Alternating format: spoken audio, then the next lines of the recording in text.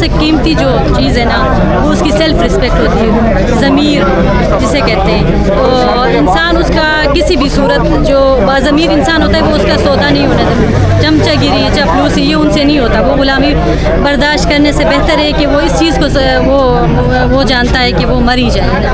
اس طرح مجھے ابن خلدون بہت تاریخ کا بہت بڑا نام ہے. وہ کہتے ہیں کہ وہ ایک عجیب و غریب بات کی ہے اس نے. کہتے ہیں کہ اگر مجھے اختیار دیا جائے کہ غلاموں اور حکمرانوں میں سے میں کسی ایک کا مطلب قتل کر دوں تو میں غلاموں کو چنوں گا، کیونکہ یہی غلام ہوتے ہیں جو ان حکمرانوں کو چنتے ہیں. تو سب سے بڑی جو غلامی ہے وہ اس کی سوچ ہی غلامی ہے جو پورے قوم اور ملک کو برباد کر دیتی ہے. اب آپ دیکھیں جیل میں بیٹھا ایک شخص جو ہے وہ غلامی قبول نہیں کر رہا، وہ آزاد ہے. تو ہمیں ان سے سیکھنا چاہیے. اب غلامی اب لوگوں نے قبول بھی کر لی ہے.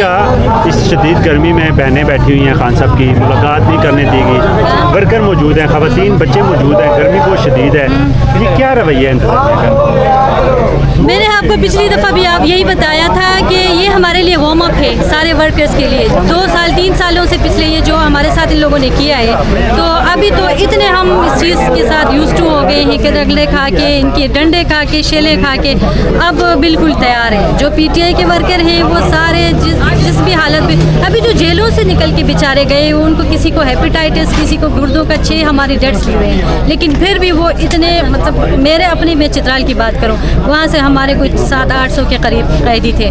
وہ جتنی مشکل حالاتوں سے گزر کے آئے، ان کے گھر میں وہ بیچارے غریب لوگ، چولہا نہیں جلتا تھا، پھر بھی ان کا جذبہ دیکھے آپ حیران رہ جاؤ گے.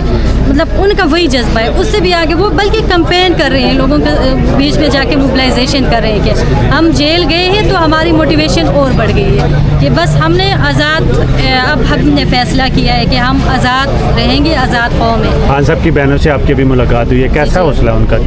ان کی تو حوصلے کی داد دینی چاہیے. وہ کب سے ہمیشہ مطلب ملاقات کے لیے بھی صبح آتے ہیں اور شام تک ادھر ہی ہوتی ہیں. آپ گرمی دیکھیں ابھی، اور ورکروں کا حوصلہ بھی بڑھاتی ہیں. اور وہ اپنے ان کا کوئی اور مقصد نہیں ہے، اپنے بھائی کے لیے اور دوسرے جو جیلوں میں اسیرین ہیں ان کے لیے آتے ہیں اور آتی رہتی ہے. یہ ابھی کی بات نہیں ہے، پچھلے 2-3 سالوں سے یہ تسلسل جاری ہے. یہ اسی طرح سفر کر رہی ہے. ایک اتنا عظیم لیڈر جو قوم کا وہ سابق وزیر اعظم رہ چکا ہے، ان کی بہنوں کے ساتھ یہ سلوک کیا جا رہا ہے. ریاست اپنے آپ کو ایکسپوز کر رہی ہے.